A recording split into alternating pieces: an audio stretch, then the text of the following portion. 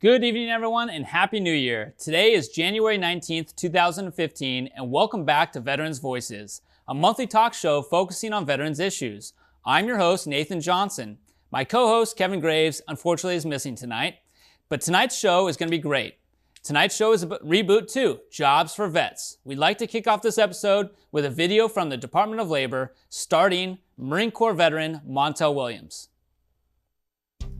You're home. You served your country with honor. Now it's time to strike out on a new path forward. You're a veteran. You set the standard for character, integrity, leadership. And you've gained valuable skills. Skills employers are looking for.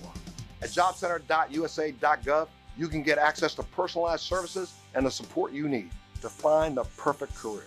This is U.S. Navy and Marine Corps veteran Montel Williams saying, visit an American Job Center today and discover your next opportunity of a lifetime.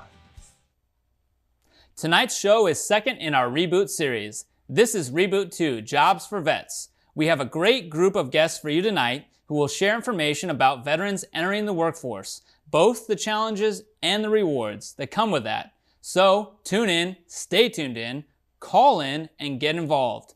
We are broadcasting our show tonight from the Contra Costa television studio, and we are also live streaming the show on our website. That means if you don't have cable, go to our homepage, contracostatv.org/Veterans Voices, and watch the show there live in real time.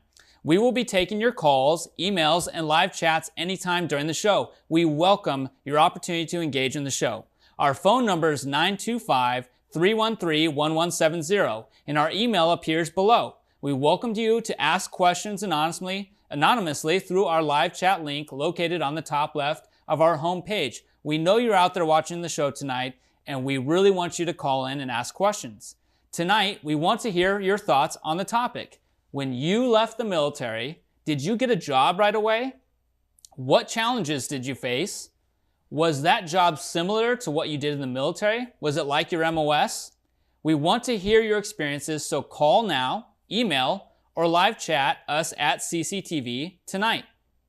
We're now joined by two veterans who have successful careers. Pete is a third-generation military veteran and now works for the VA in Martinez. And Melissa actually wrote into us and shared that she's a veteran working for Supervisor Mary Pifo as a field representative. She is an Army veteran.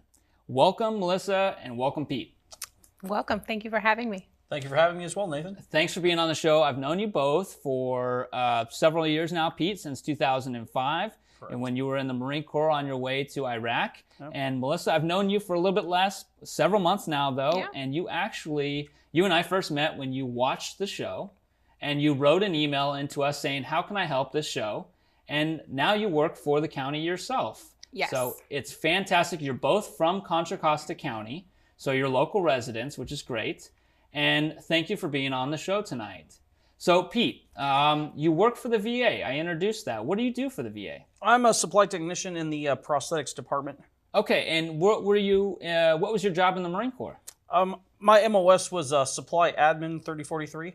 Okay, so you're doing supply in the Marine Corps, and you're doing supply for the VA now. Now, is the VA the same as the Marine Corps? Is it the same agency?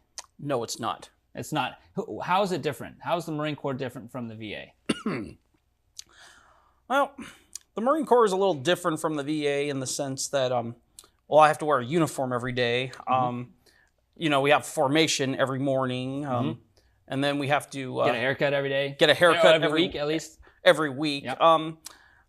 The VA, we're a little more casual, a little more liberal, laid back. You're a civilian in the VA, yes. Right? You're no longer listed. You were a corporal in the Marine Corps, or what rank were you? I got out as an E4 corporal. As corporal. So you left the military, now you're civilian, but you're doing a very similar job. And Melissa, you were a dental assistant, and you were in the Army. Yes. How long were you in the Army for? I was in the military for 10 years. And were you a dental assistant for the entire 10 years, or what did you start out doing in the Army? Well, I started out as a dental assistant. I did some hygiene and lab work while I was deployed, and I ended my career with dental forensics with the pathologists in the morgue, identifying soldiers who came back from war who didn't make it back alive. Okay, so you mentioned being deployed, and we'll go to that in just a second, but yes. I'm curious, though, from both of you as to how you started off either in the Marine Corps and the Army with the jobs that you did? For example, Melissa, how did you start off in the Army as a dental assistant? Initially, my interest was mortuary affairs. My family has a history of funeral homes, and we've just kind of been in that business. It's second nature.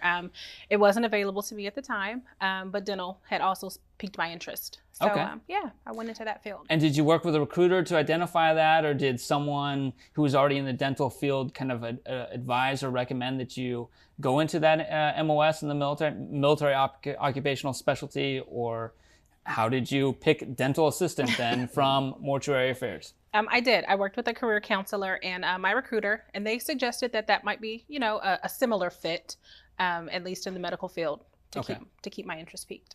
So I'm familiar with it, but our audience may not necessarily be familiar. What do you do when you go into the military, Pete, and you go into the Marine Corps and you say, hey, I want to be a supply technician? Do you dress up in a coat and tie? Do you sit down for an interview?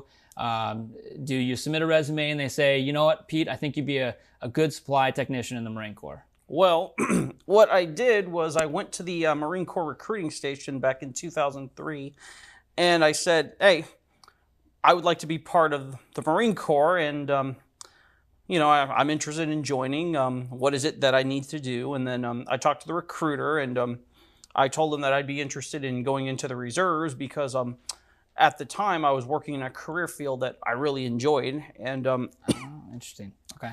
And he said, well, we have these reserve units, and one of the reserve units that had some openings was Alameda, and some of the positions that they were in demand for were supply admin Marines. And so what he did was he took me over to the MEP station in San Jose and said, okay, you need to take the ASVAB. So I took the ASVAB. The ASVAB is a test? Yes. The ASVAB is a test for all U.S. citizens that wish to go into the military. It's the purpose is to score as high as you can on it. Okay. And so you still have to meet a certain standard then to go into a particular field. You have to test.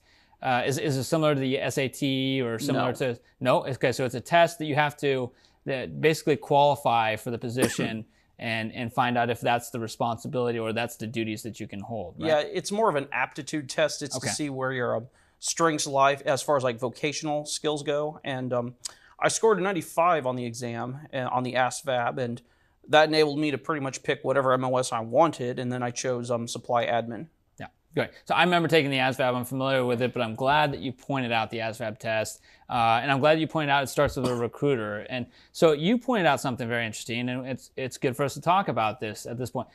Pete, you were in the reserves. Mm-hmm. Melissa, were you active duty or were you in the reserves? I was active duty. You were active duty. Yes. So the difference between the job and the military is that could be your full-time job or your only job, whereas in the military, sometimes your job in the military could be a part-time job. It could be a reserve job. And you mentioned doing another career alongside being a Marine and being a supply technician. What was the other career that you were doing at that time, Pete? I was working as a personal banker for Wells Fargo Bank. Okay, and Melissa, before you went into the Army on active duty, were you doing another job as well?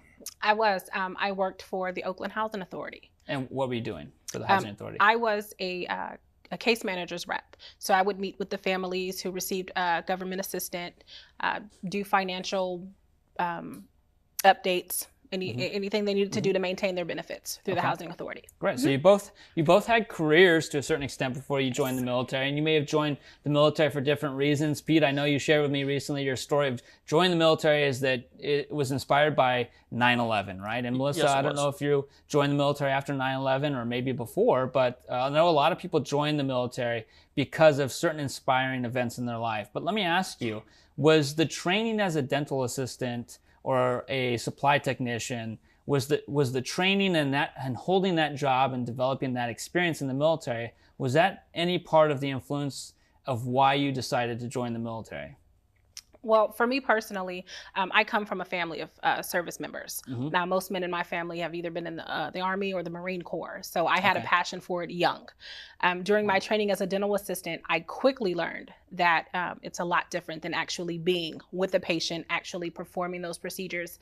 So it takes a lot of, yes, what you've learned in the classroom, but also a lot of initiative and kind of just taking on what comes at you and being able to react very fast. So it's definitely why I stayed. I was able to kind of sharpen my skills by just adjusting fire. And by stayed, I already know the answer to this, but you stayed for more than one enlistment. Yes. You stayed for how long?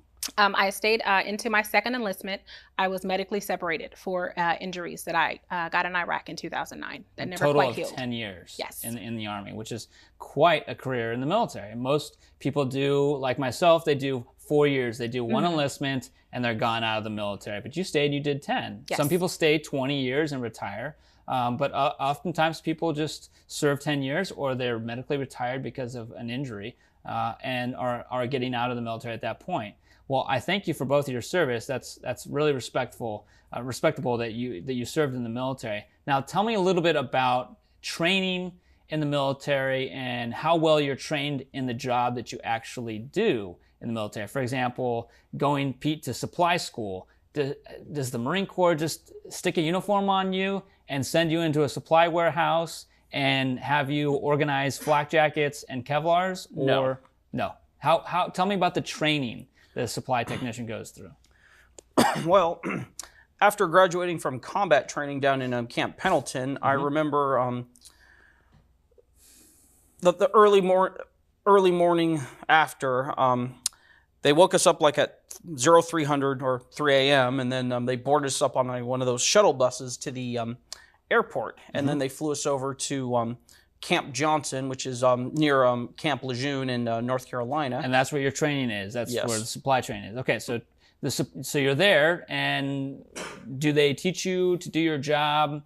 Do they teach you how to do all the jobs as a supply technician, or do they specialize you? I've never been a supply technician, so I'm just trying to think. Do they teach you how to order supplies, how to manage supplies, and how to distribute supplies? Yes. Or do they specialize you in just one of those fields? They teach you how to order the supplies, how to receive the supplies, how to organize the supplies, distribute the supplies. Great. Yeah. Now, I want to remind everyone, tonight's topic is Reboot 2, From Service to Jobs, and we have Pete and Melissa on the show here now. And so you get a lot of training as a supply technician or as a dental assistant. And let's kind of fast forward because tonight's topic is jobs after you leave the military, right? So you've served as a dental assistant for 10 years. You've served as a supply specialist in the reserves for 4 years, Pete? I was in for 8 years as a reservist. For 8 years, okay. And so the time has come now where you've both left the military. And Melissa, you chose a path that is different than the path that you had in the military. You're now a field representative for one of our supervisors here in the county. How difficult is it at all, if at all, how difficult is it to transition out of the military with one specific specialty and enter into a different job? It is definitely intimidating, especially in the initial transition phase. What I did take away from the military as far as training is being able to just adjust fire, being able to get the job done regardless of, time constraints. Sometimes there are less hours in a day than assignments you have to complete. And I think that's universal training that you kind of get from the military. Aside from just it being specifically dental and the transition into politics, that's a little bit easier for me, again, because I just look at the bigger picture when it comes to getting the job done. So I've been able to transition okay. So it's difficult, but what you're saying is you really focused on an element that you learned in the military, in which it's about getting the job done and getting it done in the amount of time given to you and with the amount of resources. So it's not so much focusing on the difficult in differences between the two tasks, but just carrying forward the values, the core values, values that you learned in the military. And how about you, Pete? You continued into the same job in a sense. You're working for a different agency. Maybe you're ordering different supplies. But how difficult has it been for you to do supply in the military and now do supply for the VA? It wasn't difficult at all. It's just follow the directions, do the job, and that's that. Is that why you sought out the opportunity to work in supply at the VA? Did you know that what you had learned as a supply specialist in the Marine Corps would carry forward to your job as a supply technician with the VA? I knew that. And did you find that there was anything that new to learn, or that there was kind of a different culture or different speed or different pace? Anything different from what you experienced in the military? culture was a little different. It was more civilian, serving veterans kind of culture. But other than that, I mean, it really wasn't different at all. I mean, the concept was pretty much the same. Great. And so, Pete, you've been working as a supply specialist at the VA now for how long? I was there since June of 2012. So you've been there for almost 3 years now. And Melissa, you've been working for the county now for a couple of months. Couple of months. And you worked at the VA before. I did. So we should need to mention that. You actually worked in a temporary 1-year position. You filled that position until it expired and then moved on to the county. So you both have been successful. I really appreciate you both being on the show tonight. You've been able to share a little bit of the story that happens when a veteran enters into the military, is trained into doing a particular job, leaves the military, and finds a job as a civilian, and how that may be different or how that may be similar. The interesting thing tonight about our guest tonight, Melissa, is she's actually going to continue on the show as a co-host with me this evening. So because Kevin Graves is absent as a co-host, he's sick, unfortunately, but he'll be back. We will have him back on the show here really quickly. But tonight, Melissa will be a co-host. Pete, thank you for joining us. Melissa, stay with us. We'll be right back. All right. We will return after a short public service announcement from Easter Seals Military Veterans Services. We've all heard how military veterans adjusting to the civilian world may have certain issues. 30. 70.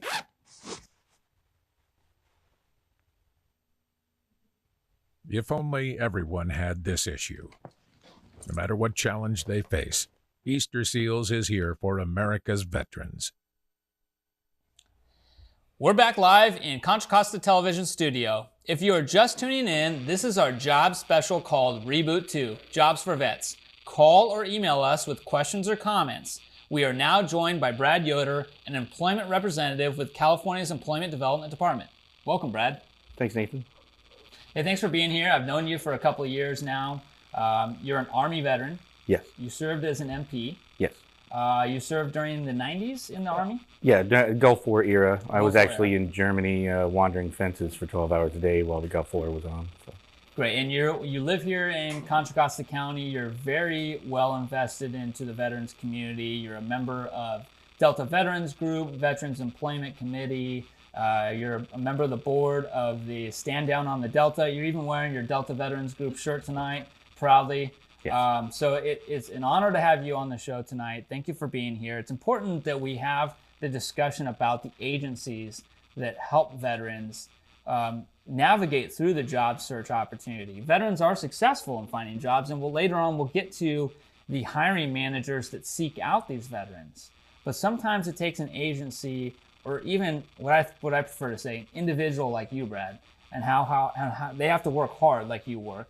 And it takes that person, it takes you, Brad, to help that veteran navigate the job search, really develop some skills. And so I'd like to talk about that tonight. And just to kind of real quickly revisit, we had Melissa and Pete as guests on the show. And some veterans, when they leave the military, are interested in going into the same job that they had in the military. And some veterans want to try something new.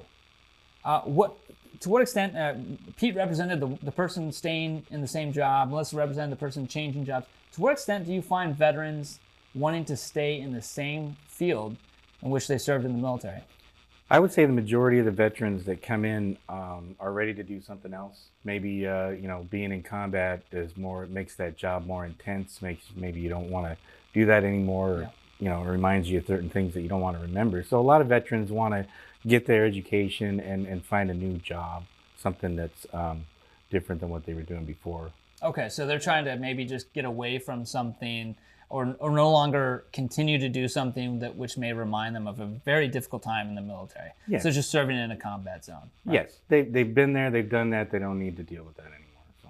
Okay, so that's a majority of veterans that are seeking out that opportunity. Train me for something new, or I'm looking for a job that's something different. Are they usually looking for a job in which they can advance their experiences? Are they looking for kind of a thrill? Or are they tending to look for something that's kind of reserved and a little bit more of a slower pace, a little bit more? I'm thinking of, are they looking for something that's kind of 9 to 5, or are they coming in and saying, hey, send me somewhere overseas and put me on the next boat? Well, I do know one veteran that did his year in Afghanistan watching weather control towers and made $100,000. But there's not a lot of veterans that come back with the experience and they want to spend that kind of time away from their family again.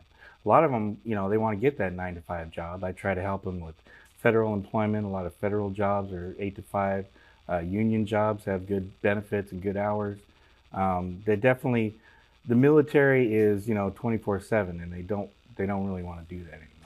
Okay, they want to change the pace. So you already got into how you're helping them, right? Because you mentioned, so I help them. So how is this set up? Where do you help veterans? Do you have a shop? Do you have a one-stop center? Or where do you engage with these veterans at? Well, I work in Antioch and Brentwood in partnership with the county. The Workforce Development Board has America's Job Centers of California set up.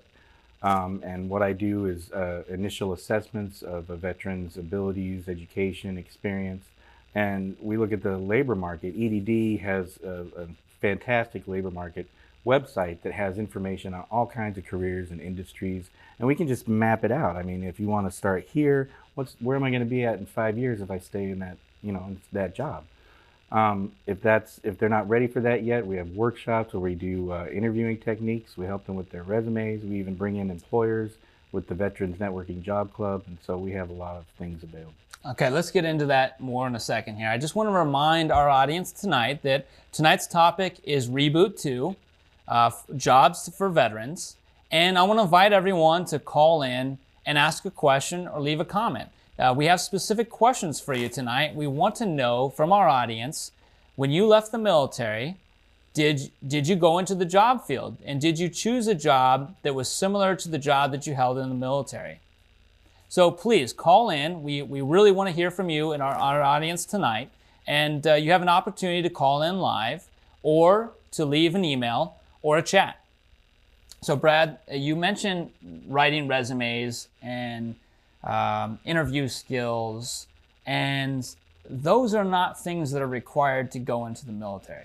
At least when Pete and Melissa talked about going into the Army and the Marine Corps, they didn't talk about writing resumes and jobs interviewing skills. So when a veteran's in the military, a service member's in the military, is that something that the military teaches them, or do they often rely on coming to you or a representative like you for that basic understanding?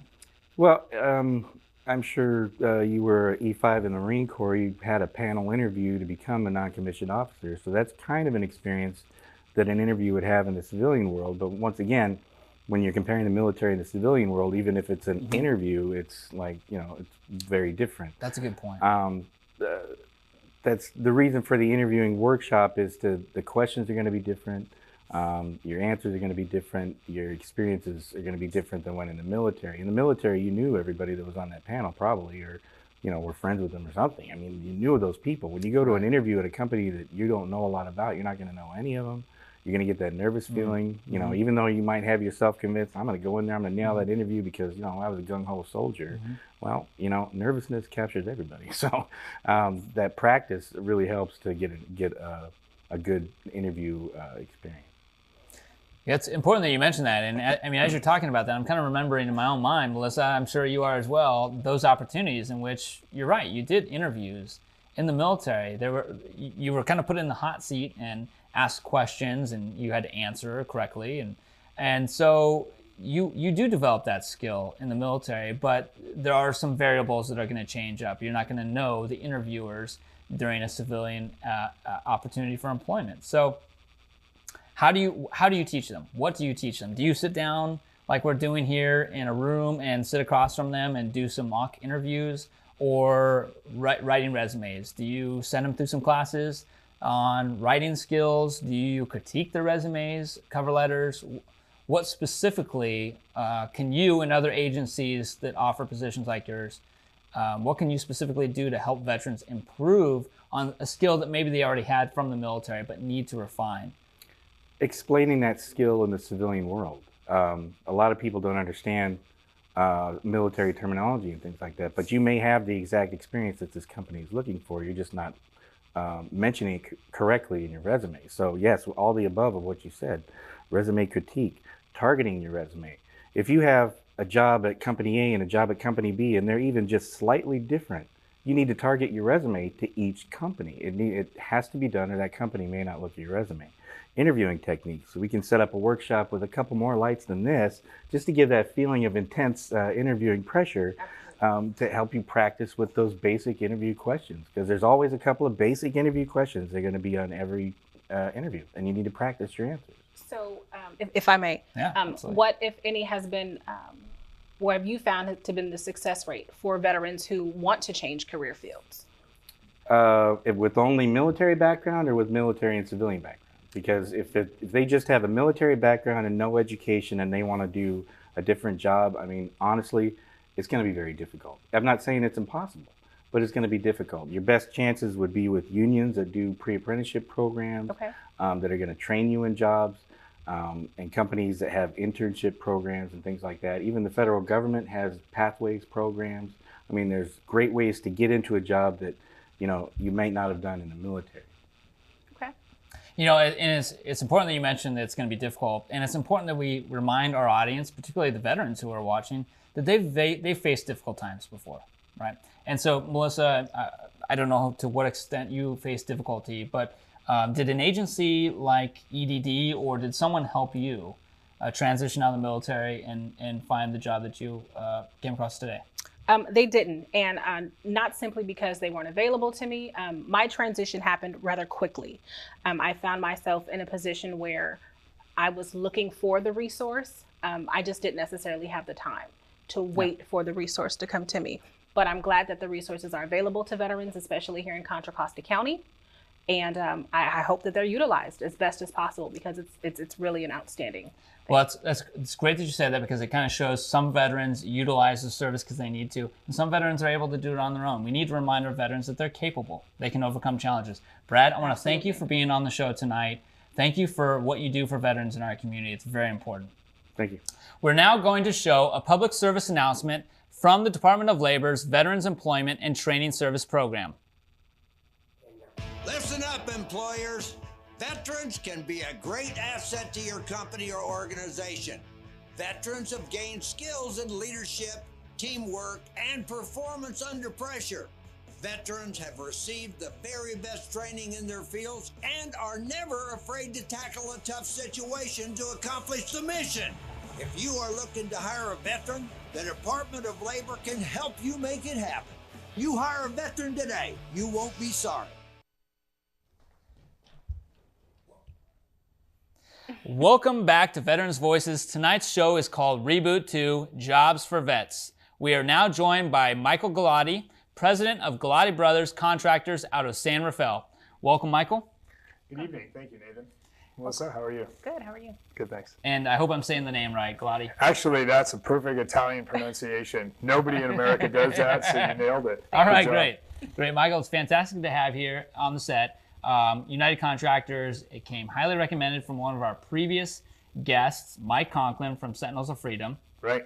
And so it's great to have a topic in which we can host the hiring managers, the agencies who so passionately are seeking out veterans to come to work. And I get phone calls all the time in my office from hiring managers, and you've taken it beyond just being a hiring manager. You're more than just the president of Galati Contractors. You are also the president of United Contractors. Tell us a little bit about your role, and tell us a little bit about what United Contractors does. Yeah. Well, thank you.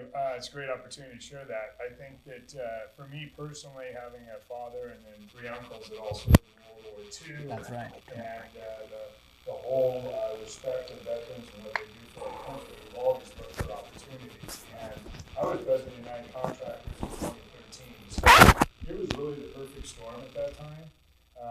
We have seen that the millennials that are replacing our baby boomers are going to be short of active people in construction. And people don't want to get in construction anyways, typically. They want to go play on computers and make all sorts of money. So we had a shortage. We also had the time where veterans were coming home in big numbers and not having any jobs and not having any opportunity Right. careers. Right. And then finally, the economy was starting to change. It was starting to get better. So as president of United Contractors, my one initiative for that year was to start a hiring program for veterans to find resources with contractors.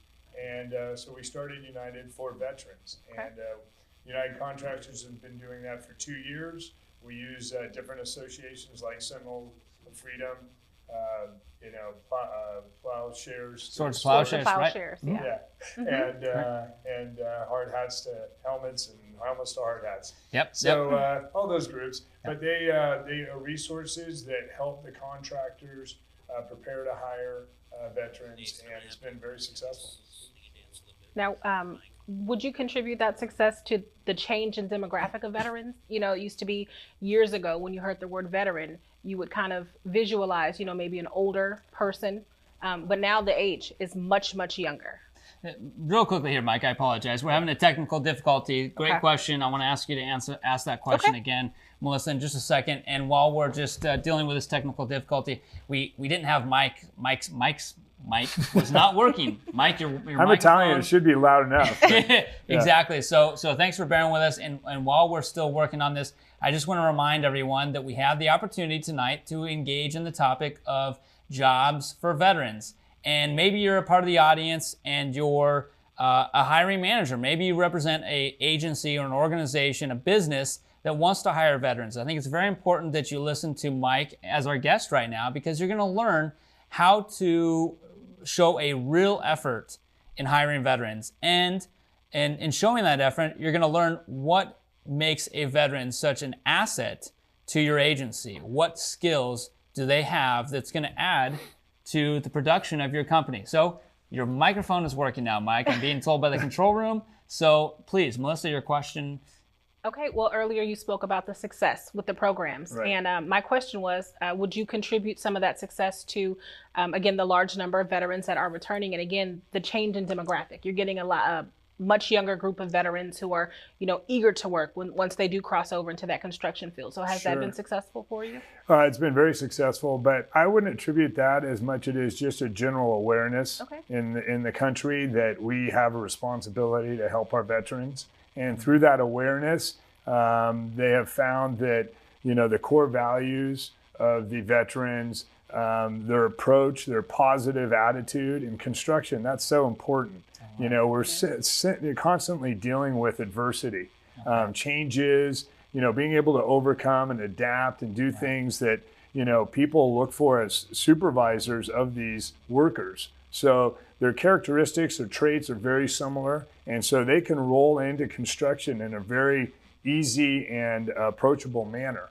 So that's a big part of it. And then I think that, you know, for us, it's as contractors that are union, great benefits, you know, great, you know, benefits, great hours, pay is good, and, you know, the pension program. So those are all very attractive as well. Those are great things, Mike. And I really want to come back to some of the points that you made and kind of explore that a little bit more. Just real quickly, we have a question. This question is for Melissa, our guest / co-host, right? So Melissa, can you speak to some of the experiences women vets are having while looking for employment after departure from service, and what, if any, resources are out there for them? So this is great. This is a question maybe specifically about the women veterans population, and you're a woman veteran. So is this question, is there anything unique about the experience of women veterans gaining jobs? We definitely are growing in numbers. Again, as I said to you earlier, when you think about veterans, you don't normally think of a large number of women. We are definitely full force. We're back. It was hard for me as a woman and a single mother to transition because, again, I wasn't aware of what was available to me.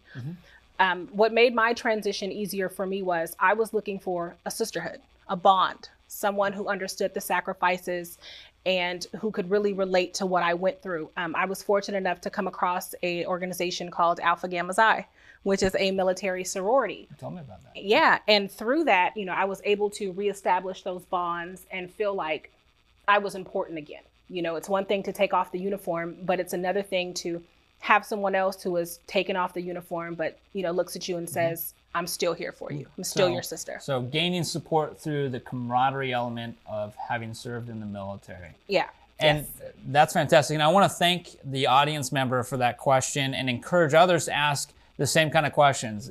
Double opportunity here tonight. We have a co-host who is a woman veteran, and we have a hiring manager, Mike Galati from Galati Contractors and United Contractors and Galati Brothers Contracting. Exactly. And so I want to go back to some of the points that you made, and maybe that's exactly some of the things that we need to address with women veterans. Is that you mentioned how someone who could be very persistent and who can overcome and adapt. And so women veterans have certainly become very good at adapting because you are serving in the military, which is mostly men. But thinking about the job as a contractor, sometimes the job site is not the same place day after day, or sometimes the elements are different. And so you mentioned that veterans possess the ability to adapt and overcome, and how important that is to contractors like United Contracts. And you talked about the benefits and how advantageous the benefits are and how similar they are to the military. So all these great things for veterans to come to work. What can contractors, what is it that agencies do to then continue to support that veteran so that they remain employed within your agency, or that they continue to thrive and maybe they take on additional responsibilities? Well, I think that you'll find that in construction specifically, there's a great opportunity for advancement. And I will say that it's changed a lot since, 10, 15 years ago. With specific relation to women in construction. Just like the military has improved and got better, we've adapted and became not that old, guy that used to yell and scream, and become more adapted to the workforce and women in the industry. And it's not so much picks and shovels and jackhammers now either. Right. A lot of it's because of the wear and tear on the body. So we've got more refined equipment. But I would say that in supporting veterans to stay on, the number one thing that the industry has done is said, we need veterans and we need employees for the long term. We succeed in having the same employees come back to work every day. There are changes. Every day you go to a different job site, and every day you have different circumstances, and you're working around live traffic and people and equipment. So it keeps your mind going and it keeps you fresh. But we've learned that if you're the same employee, there's a greater likelihood that nobody will get hurt. Safety is a big issue, and that we'll have better productivity. But we're aware through United Contractors and some of the employment tools they have on their website and the package and the brochure that they give to employers to be aware of certain things. Maybe there's conditions that we can help with, or certain things they're dealing with after being a veteran that we need to be able to reach out to them. So there's a lot of resources and tools in there to help support them over the long Mike, haul. what I understand from this is that you really work towards making an investment into veterans. And I think that's fantastic, because I think that investment will pay dividends for your contractors. And I wish we had more time to talk about this, Mike. It's been fantastic. I want to encourage our audience, our veterans in the audience, and our audience just in general, to seek out Mike Galati, United Contractors, and Galati Brothers Construction. Mike, thank you for being a guest on the show tonight. Yes, fantastic to have you. And stick with us. We'll have more of our audience members talking about this very same topic. We're now going to show a video from another Veterans Resource Career Resource Fair, Helmets to Hard Hats. I proudly served in the U.S. military. I have earned excellence through dedication, skill, perseverance, and discipline. Now, I can apply those skills towards a challenging but rewarding civilian career. Helmets to Hard Hats connects you to quality career opportunities in the construction industry and more than 80 earn while you learn apprenticeship training programs. Visit helmetstohardhats.org today to learn how to secure your future. Welcome back to Veterans Voices. Tonight's show is about jobs for veterans, and I am now joined by Bob Lilly and James from the IBEW Local 302 Electricians Union. Welcome, Bob. Welcome, James. Hello. Good to be here.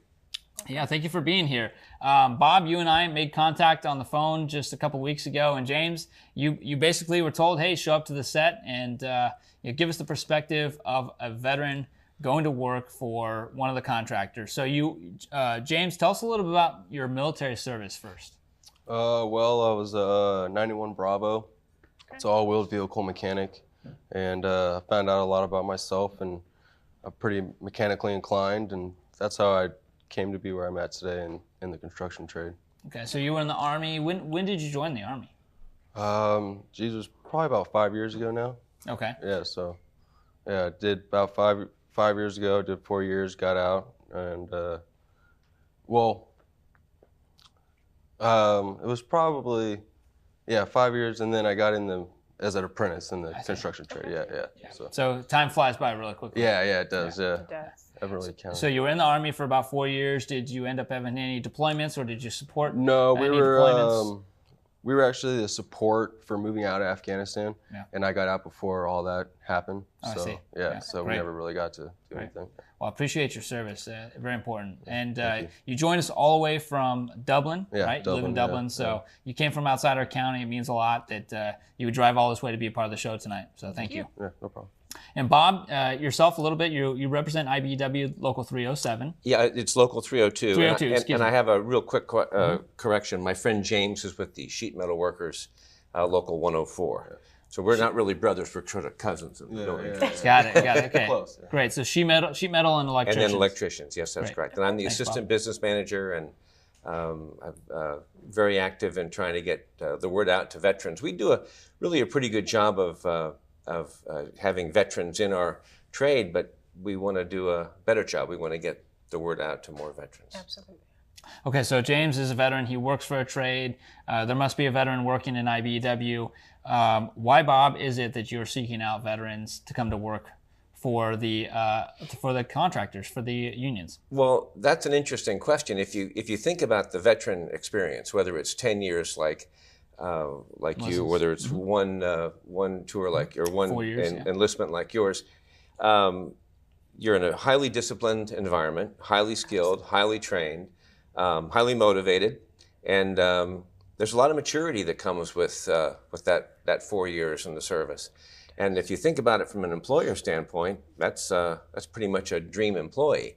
We pride ourselves in being the best electrical workforce in the world, and we want to maintain that. And a good way to continue that is by accessing veterans with the skills they already have in place. And then we also have I'm very proud to say, an award-winning training program. So whatever skills you don't have and you need to develop, we're happy to provide those. Through your apprenticeship program. Through the apprenticeship program. And it's important that you mentioned that. And, thinking about working with electricity, you're working with some very serious stuff, right? I mean, I was an Intel analyst, and Melissa, you were a dental assistant, and our jobs were serious. Yeah. But these folks are messing with electricity. And so when you talk about someone who is responsible and mature and how important that is to your agency, and James, you got out of the Army, you were 22 years old?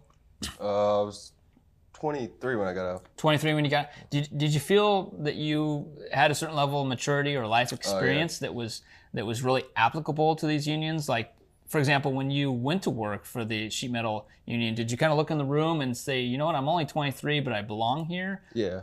Yeah? Yeah, in that type of sense, yeah, you feel that way, yeah, and it does help you out, the structure and all that comes with it. And it's important to maintain that. Yes. To also feel like I'm still a part of a team, even though I'm no longer, serving my country, I can serve, in a different capacity and feel like, I'm still a part of a team. Right. It's great. Absolutely. Yes. So you go to work for the contractors, for the unions, and Mike had mentioned that the benefits are very generous benefits. And we talked about how to support a veteran through a career in the military. And James, I know that your father is also in the same sheet metal union as yourself. How much is this decision to go to work for the unions, how much is that inspired by opportunities like folks like Bob, or like family members or other veterans, camaraderie? We talked about the sorority systems that exist for veterans. How much of different angles or what angles have inspired you to pursue a career as a sheet metal technician? Well, in the military, I found out that I was good with tools. You mentioned that, yeah. Yeah, so that's just pretty much what inspired me to do this. And being a veteran, you got to rank your way up. Same with the construction trade. And that's just, I felt I was comfortable in that, and I can succeed my best doing that. And they have a lot of good opportunities for you, sending you to school and all that. So that's what I went with. I guess it takes someone who can really work well with their hands and work in an environment that is a very harsh environment, maybe at times, working with sheet metal, working with electricity. And do veterans succeed because of their willingness to adapt and their willingness to really work hard as electricians? Do you find that the rate of not only recruiting them, but having them continue an entire career, 20 years, 30 years, Bob? Well, I've been doing this for a long time, and I don't know that the only evidence I have is anecdotal. I can't say that I knew every person I worked with, whether they were a veteran or not. But think about what you just said about hostile environment, dangerous environment, and electricity being dangerous, or sheet metal, certainly a lot of danger there, and getting up on ladders and so forth. That's nothing more dangerous than working around live ordnance so it's a very dangerous environment. And if you know what you're doing, you have a much higher chance of surviving. I was just having a conversation with a friend of mine yesterday. We were kind of joking about how I've never seen a job built yet that followed the blueprints. You do a lot of field engineering. If you could take a 10-story building and put it on a piece of paper, you're certainly a better man than I. And you have to. There's a lot of decisions you have to make during the day, and a lot of your decisions they have to do with the safety and well-being of the people around you, just like their decisions have to do with you. So it's very close to being that kind of military environment. Great. I'm glad you mentioned that, and I think we have a caller that's making their way into the studio here real quickly. And you mentioned how dangerous the environment is, and for some who have been to Iraq, and Melissa, you've been to Iraq, or just even working on a vehicle in the military, you must be dealing with some very big vehicles. James, how do you transition out of that level of difficulty, or just the overall challenges in the military to working in sheet metal? Do you feel that your hypervigilance or your vigilance, or just the ability to pay attention to, I'm just thinking of attention to detail and how important that is in the military. Yes. And how much is that important to you when you're doing something like working on sheet metal? It's a lot of the same. You got companies coming in behind you and coming in front of you that expect you to do the best job you can, so that the person coming behind you can come in and do a good job. Because if you screw up, you got to tear it out. It's got to be redone. People don't like it. There's codes, inspections. Inspectors are always watching. So it's good. If you like that and you'd like to pay attention and you're creative, that's good for you. It's something that you'll succeed at. Great. We have Stephen from San Ramon who's calling in, and Stephen has a question. So Stephen, are you with us? Yes, I am. Thank you for joining us, Stephen. Quick question. I understand that a number of federal jobs or positions sometimes have a veteran's preference, or they used to have a veteran's preference, where if you had two equal candidates, the candidate who was a veteran would get a couple of extra points. Is there any movement or any private industry groups that are moving or have this practice?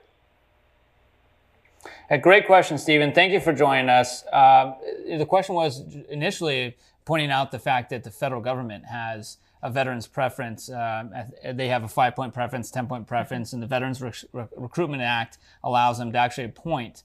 But the question, I think, was related to the unions and to the agencies like IBEW. And is there something comparable to the federal veterans preference? Yes. We didn't need to take the lead from the federal government, although we're thrilled to death that they've decided to go down that similar path that we have. In our apprenticeship training, our apprenticeship application process and where we choose our next apprentices, that question figures predominantly on the interview test. Now, you still have to pass the basic test to you apply, and you have to have certain requirements like a high school diploma and a high school algebra. You have to pass the test, but when you do the oral interview, when we knock the number of applicants from around 150 down to, let's say, 20, that veterans question figures predominantly, and our apprenticeship committee is very good at what they do, and I don't know that they assign points to it, and they're not real crazy about letting us know exactly how it works, but they've told me many times that yes, absolutely, veterans are given a preference. In other crafts, it's handled differently. I think in James, we were talking in the other room that if you're a veteran, you're added to the list after they take their applicants, and I'm sure you still have to.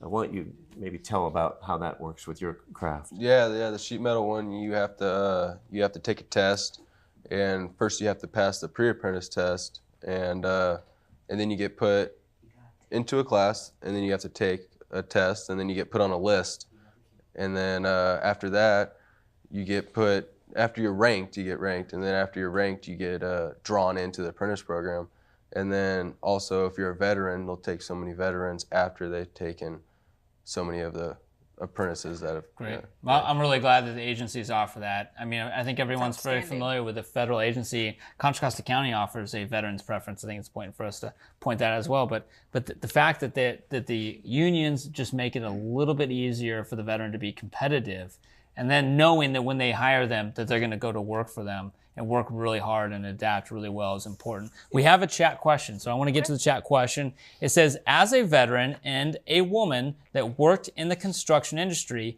it can be very difficult for women to feel comfortable in that field. How sensitive is that industry to women veterans who have issues of PTSD or maybe suffered military sexual trauma? So this is interesting. This is kind of taking us into a realm in which we're talking about maybe veterans who have left the military with an injury. The injury that's brought up here, for example, is a sexual trauma and post-traumatic stress. And so I would imagine that whether it's physical injuries or mental health or mental injuries, that there's a certain element involved with veterans, like there are with people in general, that make it maybe a little bit more challenging to be successful as an employee. In what ways does IBEW, and James, you can even speak on this too. In what ways do you think that your employer, the Sheet Metal Union, has been supportive of veterans who are overcoming injuries but still are seeking out successful careers? Well, first of all, let me say that you don't have to be a veteran we view things like sexual harassment and sexual assault very seriously. There's no place for that, whether you're a veteran or not. So that right. Goes without saying. Absolutely. There are cases in my union where we had a young lady came in and was, I think, a second-year apprentice and had a stroke and had to go through rehabilitation and so forth. I still see her at our meetings, and I'm looking forward to her making a speedy recovery. So it isn't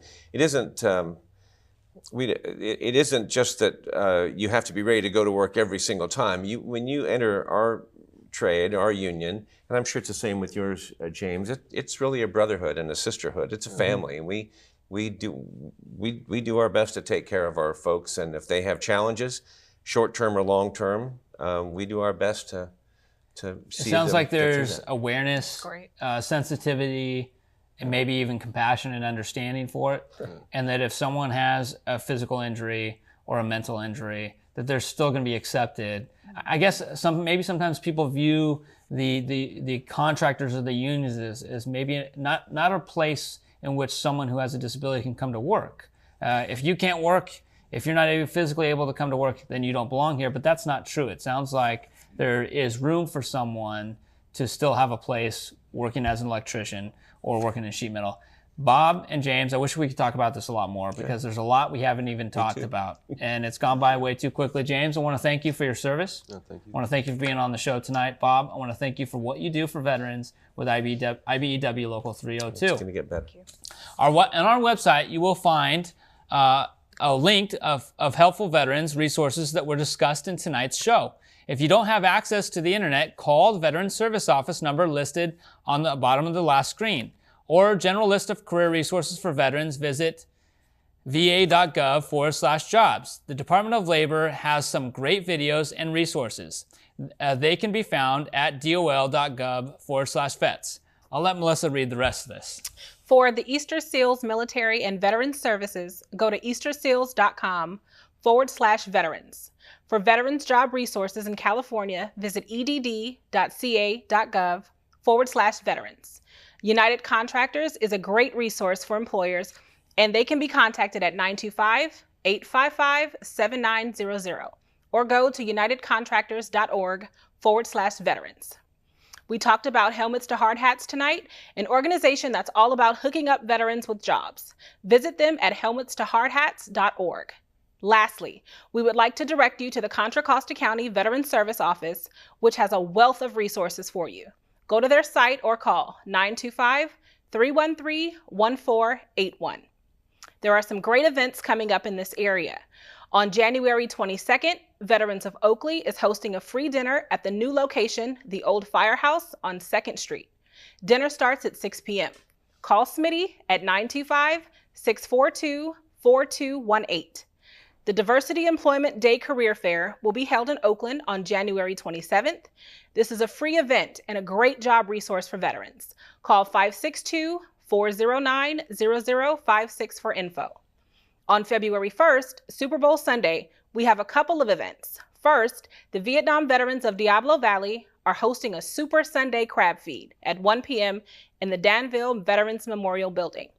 Also on February 1st, the Concord Vet Center is hosting its Super Bowl party starting at 2:30 p.m. There will be free food and drinks, so bring the whole family. Call 925-680-4526 to RSVP. Hiring Our Heroes is doing a free job fair in San Mateo on February 18th. There will be an employment workshop starting at 8:30, and the hiring fair is from 10 a.m. to 1 p.m. This is an event strictly for veterans, so if you need a job, check it out. Our next Veteran Voices will be on February 16th at 7 p.m., and it will be the third installment of our Reboot series, Reboot 3, Veterans in the Community. This will be a really informative episode, so mark your calendars and tune in. Thank you, Melissa. So we want to remind you that tonight's episode will be rebroadcast on CCTV Friday nights at 7 p.m., Monday nights at 7 p.m., Wednesdays at 11, and Saturdays at 9 a.m. Of course, you can watch all past episodes anytime on our website, contracostatv.org/Veteran Voices. I want to thank our guests. I want to thank the crew on CCTV. Especially want to thank you, Melissa, for filling in as a co-host tonight. This is Veteran Voices of Contra Costa, wishing you all a good evening. Thank you for serving.